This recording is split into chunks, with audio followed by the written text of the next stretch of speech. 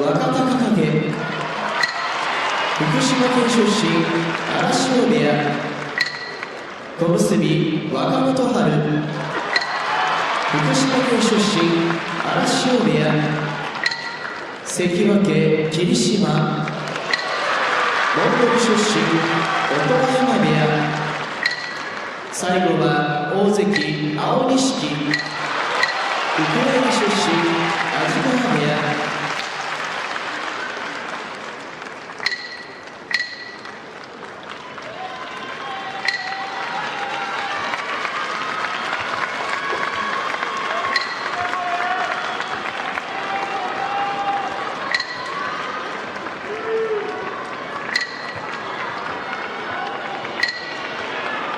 番組の中でしていただこうと、そうですね。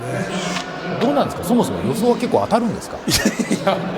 いやあんまりその予想はっていうか、もう市場も挟んで期待も込めてっていうところもありますんで、なかなか当たったり当たらなかったり本当五分五分なんですけども、五分五分といっても、はい、50% だったらですね、結構当たりますからね、パチンコだったら。すみません、今日はどっちなんでしょうかね。今日はどっちですかね。さて、中入り後最初の取り組みです。藤涼河と竜電の対戦です。十両の竜電が今日は幕の内で相撲を取ります。藤涼河新入幕です。はい、まだざんばらです。さあ、立ち合い当たっていきました。左が覗いています竜電。叩いた、叩き込み。この辺りはさすがベテランの味。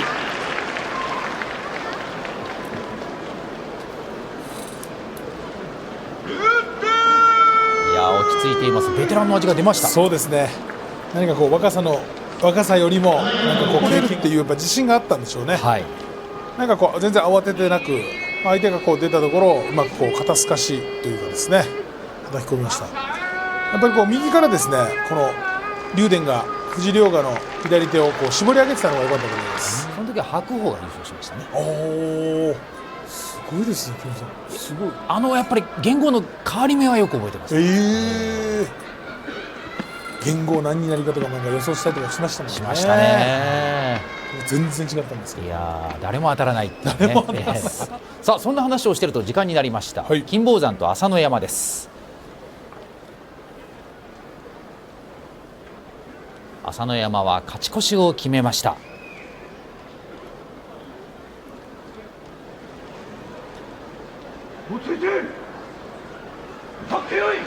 もろ手できました金峰山。右を差して出ていきます。速い攻め、よって寄り切りました。金峰山の勝ち。右四つになりましたけども、金峰山の攻めが早かったですね。そうですね。よろしいですか、ちょっとこちら。はい、8ペン解説をお願いしましょう。これ、勝ち越し。金峰山が勝って勝ち越しを決めました。はい。山も得意の形でしたけども、受けてしまいましたね。そうですね。はい。やっぱりこう立ち合いもっとですね、丸く当たってればっていうところあると思うんですけど、金峰山がうまくもろ手で朝乃山を起こしてからの四つに組んで前に出てたんで、はい、良かったです。はい、タッチペン解説していただきました。ありがとうございます。現役時代はマウスピースつけてないと貫通するって言いますよね。はい。なのでそう考えるともうやっぱいいなと思います。つけた方が。ただ色付きとかつけてたらですね、ちょっと変ですけどね。そうですね。まあやっぱり白星にちなんで白が一番いいですか。白か透明かって感じですね。はい。黒だとちょっとお歯黒みたいに見えますからね。確かにそうですね。はい。黒星につながりますから。そうですね。さあ時間です。はい。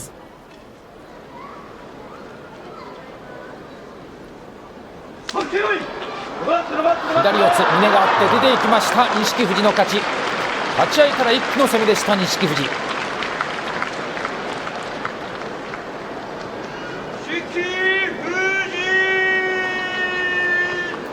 れも速い相撲でした。速かったですね。朝紅龍とかですね。こちらですね、一歩張って、もうここですね。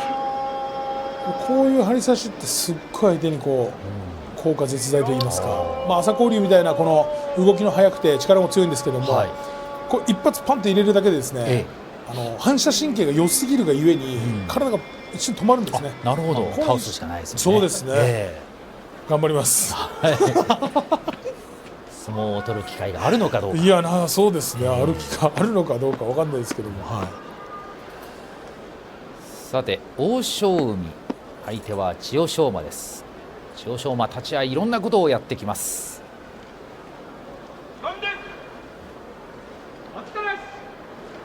さあ待ったなしの声。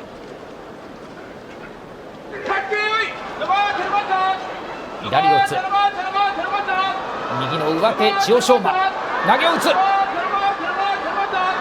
げの打ち合い、欧勝海前回しに手がかかりました。おっと最後ひねりました。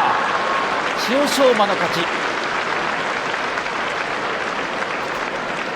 どうでしょう、下手ひねりでしょうか。下手ひねりか、いや下手投げか、はい、千代翔馬一回だから入って欧勝海がすっぽ抜けるんですよね、はい、だからここで千代翔馬有利かなと思ったんですけど、左四つになるとやっぱり欧勝海の力出しますんで、はい、でもうこの四つに組んだ時に千代翔馬の取ってた上手が伸びきってたんで、これ欧勝海の形かなと思いきや、はい、ここで攻防があってですね、ちょっとこの時に欧勝海の上手がですねちょっと深すぎですね、はい、ここでもっと右を浅く取っとけばこの投げも食わなかったんじゃないかなと思いますけども、このタイミングよく投げ勝ち越しを決めました千代翔馬です。投げの打ち合いになりました。決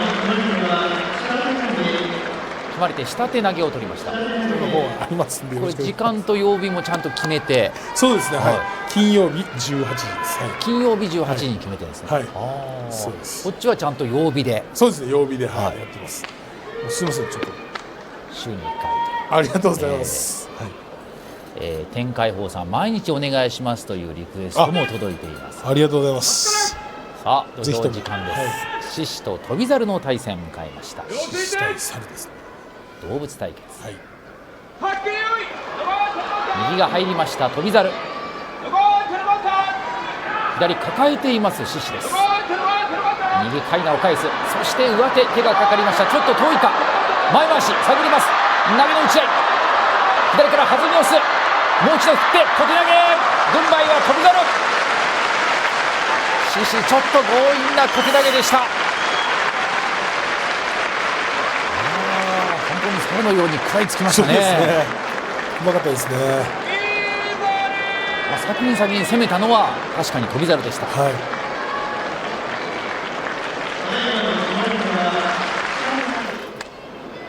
う一度見ましょう。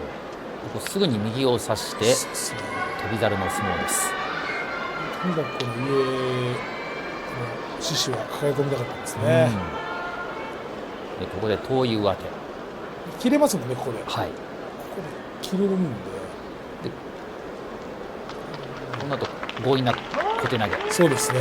翔猿が出るときにですね、相手の膝を押さえたりとか、そういうのがあるとですね、またより一層応援の方にも熱入りますし。面白いもんで、本当土俵上の活躍とリンクするんですよね。本当そうです。なので裏とかですね、大阪場所で裏のタオルめちゃくちゃ売れますんで、ピンク色ですので、何か裏が土俵に上がると会場がですね、桜みたいにピンクになって、なんか桜が咲いたみたいな。さて土俵は軍配返りました。過去は3対2で御嶽海がリードしています。御嶽海はまだ勝ち越しに可能性を残しています。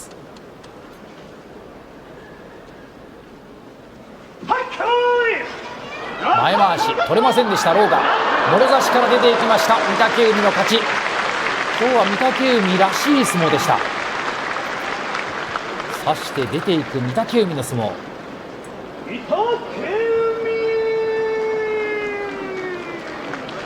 ろ差しうまかったですね。そうですね、立ち当たってからですね、狼雅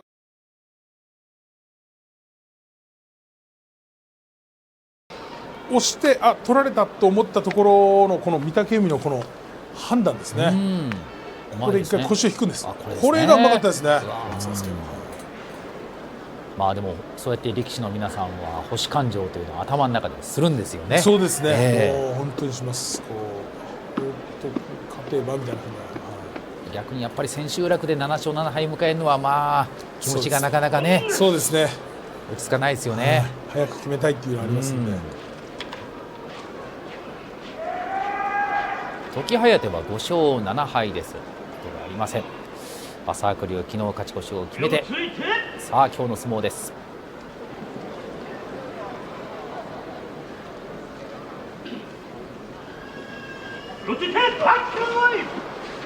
左が入りました。朝白龍、右の上手取って出ていきます。寄り切りました。朝白龍勝って9番です。朝白龍攻め早いですね。早いですね。東京上手もですね、左四つというか、右上手取ってからの相撲すごいうまいんですけども、そこ上手取って引きつけて、この寄せ方もうまかったですし、こう時計上手にいいところを出させないようなこの腰の寄せ方、そして投げ打たせないようにですね密着させてましたんで、すごい朝白龍の攻めも良かったですし、さすがだなと思います。もう本当にもう住んでるところめちゃくちゃ近いですから。実家も近くで。実家近いです。で小学校中学校も一緒だったんですね。小中高大一緒です。そうか、日大ですもんね。そうだ。部屋は違うっていうことで稲川語で言われるんですけど、なんでお前部屋違うのって言われますね、熊本県民の熱い視線が注がれております。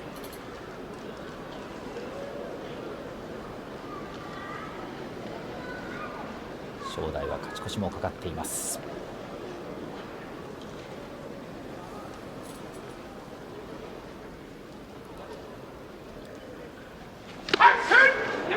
当たって左差して攻めていく。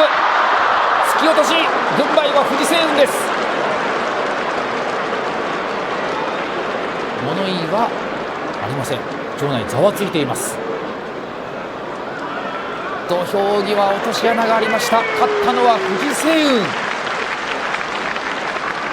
いや、攻めたのは正代だったんですが、よかったですね。立ち当たってですね、正代に左刺されたけんがたつきもやべやねと思ったんですよ。バッテンこうね、一回左さん振っとってか右から突き落とし、このタイミング良かったですね。熊本弁で聞くとまた違った印象がありますね。立ち当たっとったバッテンですね。正代にこう圧力負けんが大丈夫かなと思ったバッテンタッチで売れますから、びっくりするぐらい。そうですか。びっくりするぐらい何でも売れますよ。抱き合わせでもう本当に売れます。それこそだから自分こう絵とかで描かせていただいたやつを協会で販売したら、それがまた完売するぐらい皆さん買っていただいてるんで、何でも売れるんじゃないかなと思いますね。自分の絵ですら売れるっていう。それは裏の商品と一緒に出せばっていう。そうです。もう普通に単独で出したんですけども。そうですか。さあ時間です。はい。手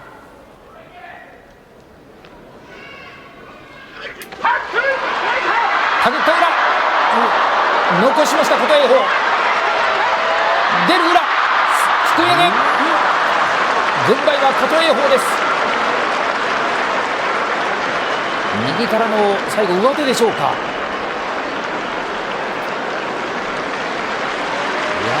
立ち合いから動いた裏ですが、そうですね。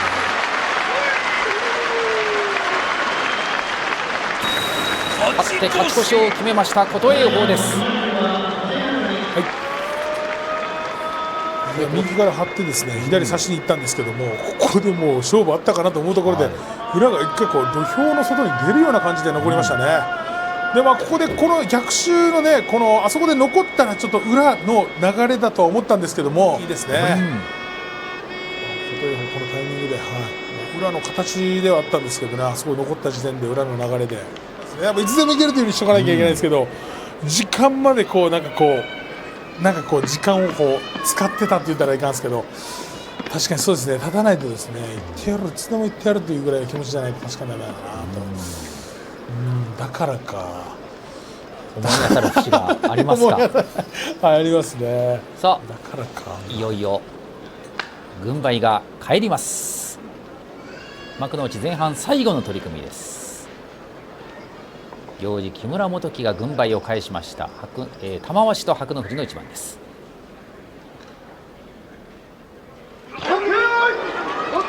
玉鷲が突き放す。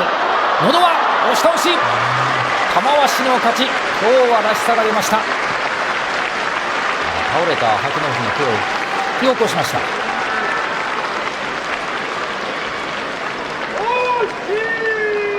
今日の玉鷲はらしさがある相撲じゃないですか。そうですね。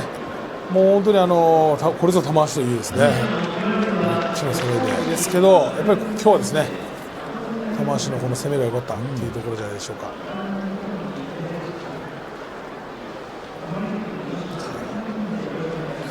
外輪から力強い押しでした。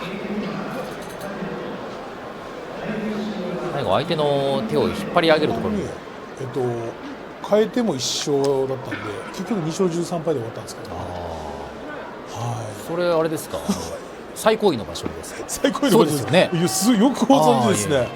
はい、そうなんですよ。九州場所地元でですね、大応援団が来た日にすぐ負けたんですけど、お前何勝ってやって言われます。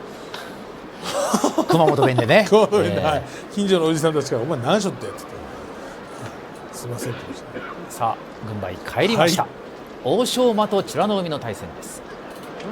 先に立ってしまいました美ノ海です。仕切り直しです。過去は欧勝馬4勝美ノ海3勝です。張っていきました欧勝馬、頭を押さえている。突っ張って美ノ海、押し出しました。美ノ海の勝ち。今日は回しにはこだわらずに突っ張っていきました。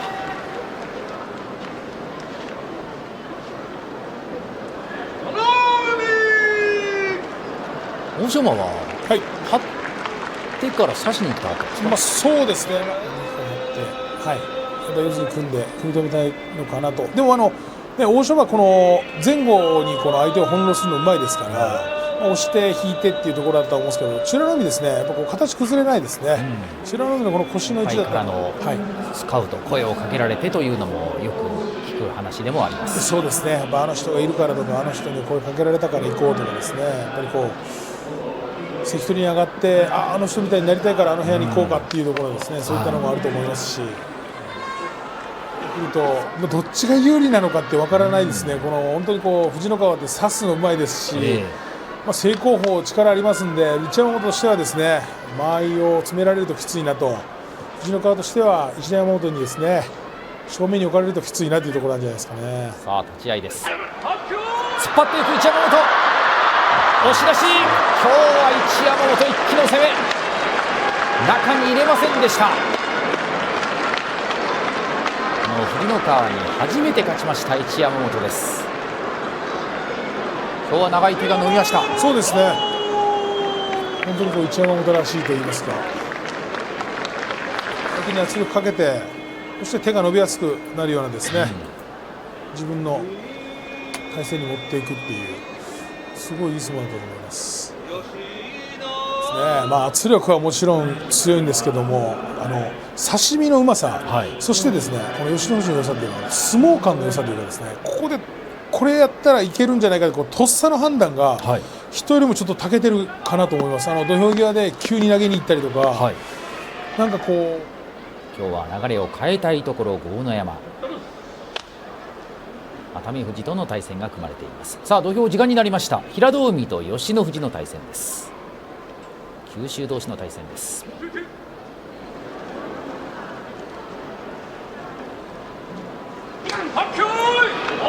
頭で当たって突っ張っていきます。吉野富士、突っ張り合い、攻め続ける。引いた、残している平戸海、中に入った平戸海、右を差してすくい投げ、吉野富士の勝ち。最後は右からすくいました。いやー、豪快な相撲でした。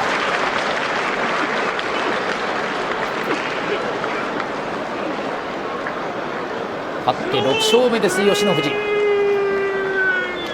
かがですか、今日の相撲は。はい、もうプレーを見ましょう。はい、もうここ立ち合いも良かったですし、手も出してましたけど、平戸海もですね、もう横にいなして、そして下から攻めてて、途中ですね、ここですね、この後にこの引くんですよね、一回吉野富士が、一回引こうとして、フェイントしてもう一回引くんですよ、ここで。フェイントでしたか。フェイント、なんかフェイントみたいになってるんですけど、引こうとしてで、相手が寄ってきたところをすくい投げとか。勝った相撲と負けた相撲というのはどっちがよく覚えてますか。負けた相撲ですかね。多分覚えてるのは、これ嫌だったなとかいうふうな感じの話も、そうですね。阿炎もだから今と全然体型違いますし、かなり若い時だったんで、もっと細かったです。細かったです。めちゃくちゃ細かったです。阿炎の対戦、若隆景は勝ち越しがかかっています。先に故障終わりました。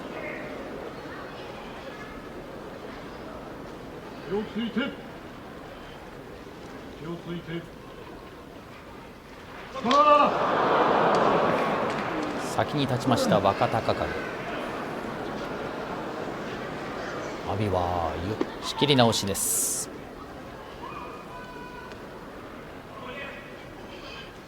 突っ張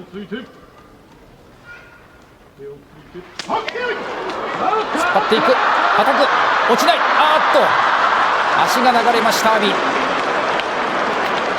最後はどうでしょう、突き膝でしょうかね。そうですね、突き膝もしくは引き落としの突き膝ですかね。足が流れました。これで勝ち越しを決めた若隆景です。めちゃくちゃ痛そうですね。右の肘をかなり気にしています若隆景。でもこれは勝ち越しを決めましたんで。そうですね。はい。抑えてます。これ上手を取りに行ったんですか。そうですね、上手を取りに行って。阿炎はこれ右に回り込みたかったんですか。そうですね、なんかこう回ろうとした時に足がもつれたと言いますか。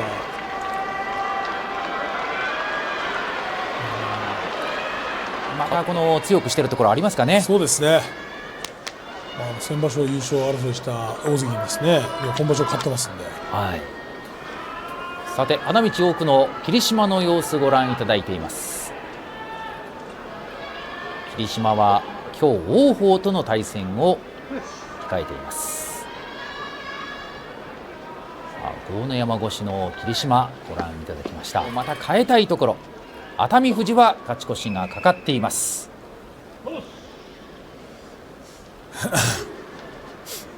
さて待ったなしの声がかかりました。過去は3対2で熱海富士です。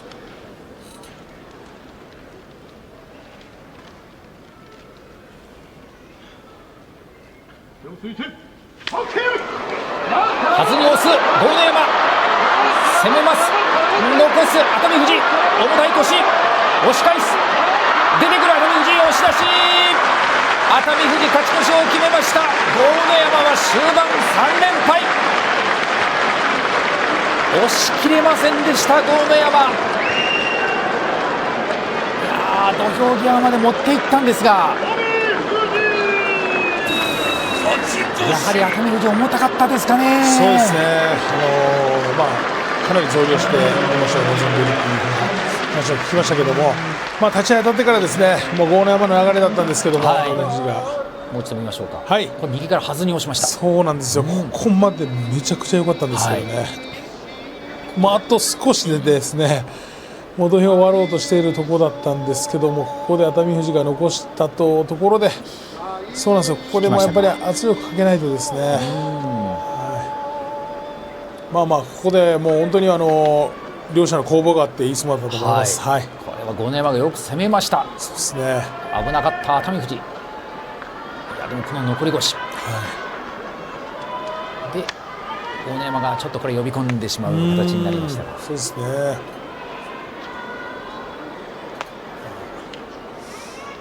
ね。本人もかなり優勝争い有利になります。そうですね。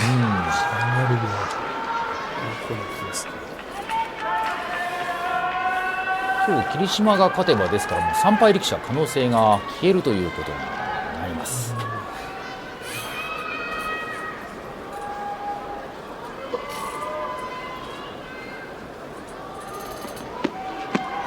相撲のタイプは両者全く違います、若元春と大栄翔。大栄翔もですね、意外と左四つでも相撲取れるんですよね。やっぱもうガチガチの左四つはもう若元春ですけども、やっぱ組んで若元春、立ち合い突き起こしていく大栄翔。大栄翔が下から攻めて押し出しました。大栄翔の勝ち。大栄翔勝ち越しに望みをつなげました。ちょっとやっぱり若元春の状態が良くなさそうです。そうですね、うまくですね、差させることなく、回しも取らせることなく、下からのど輪で押して自分の間合いで相撲を取ったというところが勝因じゃないでしょうか。最後は相手のお腹を押してというもう基本通りの突き押し相撲。何回もこう準優勝という、準優勝というのはないんですけども、そうですよね、勝てばっていうところがあったんで、優勝したところを見たいですよね。今場所は関脇、この座を守るためにも勝ち越しを決めたいところ、まだ可能性は残しています。この5年間は高安はこの春場所、さて軍配が返りました。隆の勝と高安の対戦です。手をついて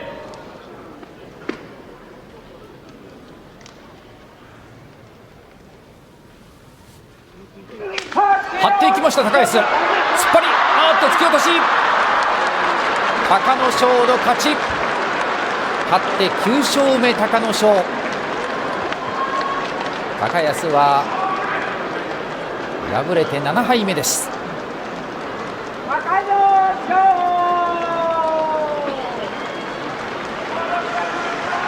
手を止めて差していきたかったと思うんですけども、うまくですね、タイミングよく隆の勝が左から突き落としましたね。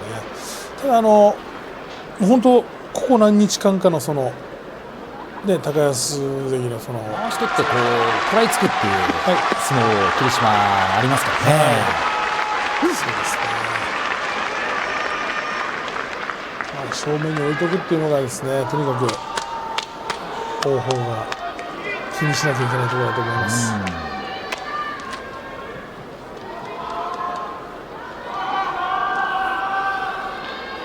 さてコメント欄には王鵬勝ってというコメント、霧島頑張れというコメント、両者に対する応援が入り混じっています。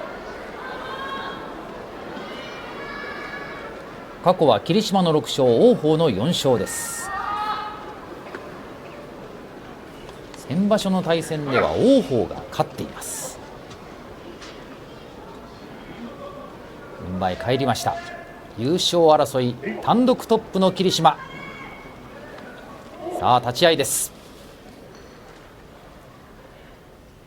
当たりました、引いた、突き起こす霧島、突っ張り下から攻める、左が入った、引いた、落ちない王鵬、王鵬の突っ張り、王鵬突っ張り、左四つになりました、左四つ、霧島形を作ります、得意の形、出て寄り切りました。霧島の勝ち、1敗を守りました。13日目、これで優勝争い単独トップは変わりません。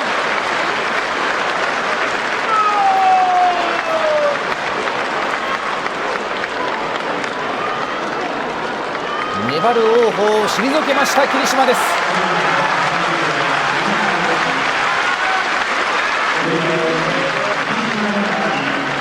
決まり手は寄り倒しです。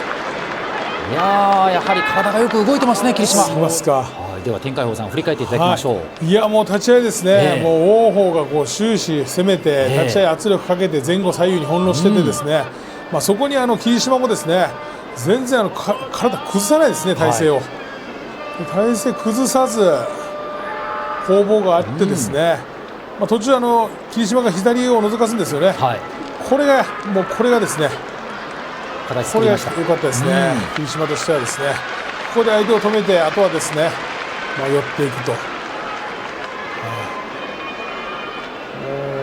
王鵬もかなり善戦したと思います。やっぱこういったですね相撲を、見れると、またこうお客さんもですね、とてもこう嬉しかったと思いますよ、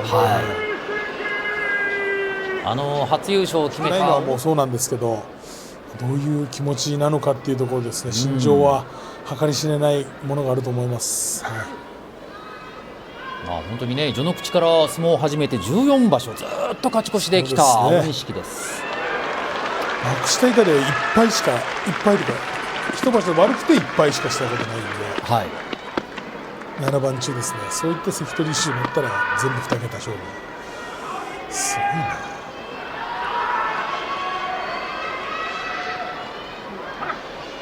さて土俵は待ったなし。今日の相手は琴櫻です。突っ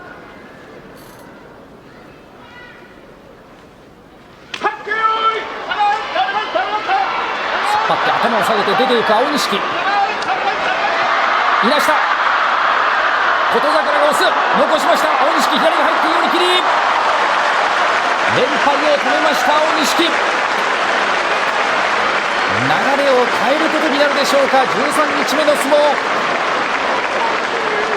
踏みとどまりました。危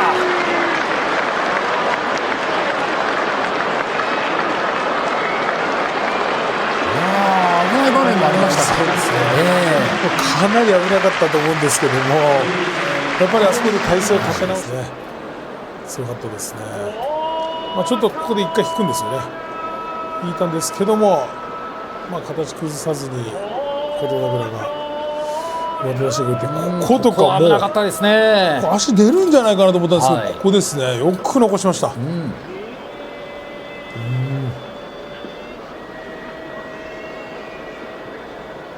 いや、もう本当にね、もう本人崖っぷちなのはもう、ね、分かってますけども、いやすごいな、よく残したなというところですよね。これは青錦、何が良かったですか。いや、もう青錦の良さがやっと出てきたかと、今日に限らず頑張れ豊昇龍、ハートマーク、金星曜日と書いてる人もいますね。琴勝峰が勝てばそうなりますが、どうでしょうか。さ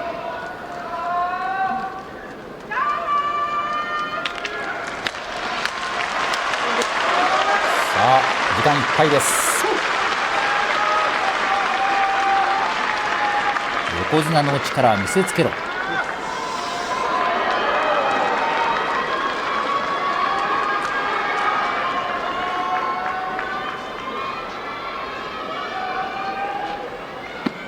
琴勝峰、そんな両者に対する応援コメントも来ています。13日目結びの一番、3敗の豊昇龍、2敗の琴勝峰の対戦です。霧島を追いかける両者の対戦、木村庄之助軍配を返しています。張っていきました横綱、抑えた、叩き込み、横綱勝ちました。そして琴勝峰が3敗に後退です。霧島とは星の差が2つつきました琴勝峰。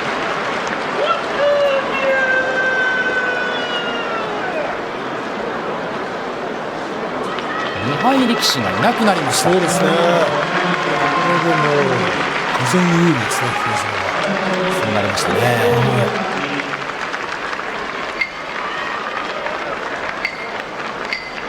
霧島が先頭で1敗、星の差2つで3敗力士ということになりました。ですからこれは明日の取組で霧島が勝てばもう優勝。それでは相撲を振り返りましょう。はい、なんかこう左から横綱がですね張っていった時にもうちょっと琴勝峰かなりダメージ食らってんのかなと思うぐらい、一回足がガクンってこう流れるんですよね。そうですね。そこでちょっと寄っていったんですけどもついていけなかったと。ここで横綱はちょっと意地を見せたっていう方ですかね。流れてますよね、足が。そうですね。はい。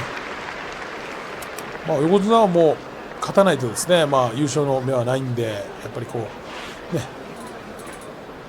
勝つことにもうね、こだわったっていうところじゃないでしょうか。はい。霧島が勝てば14日目には優勝が決まると。そうですね。明日は土曜日です。はい。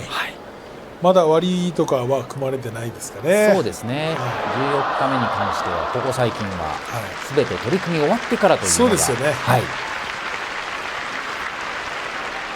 恒例になっております。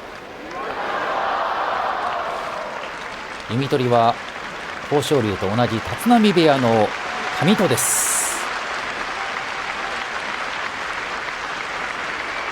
横綱もしくは大関の部屋の幕下以下の力士がね、そうですねことになっております。13日目すべての取り組みが終わりました。いやー、今日また本当に動きがありましたね。そうですね。ではこの後は天海鵬さんとともにですね、今日の取り組みをたっぷり振り返っていきたいと思います。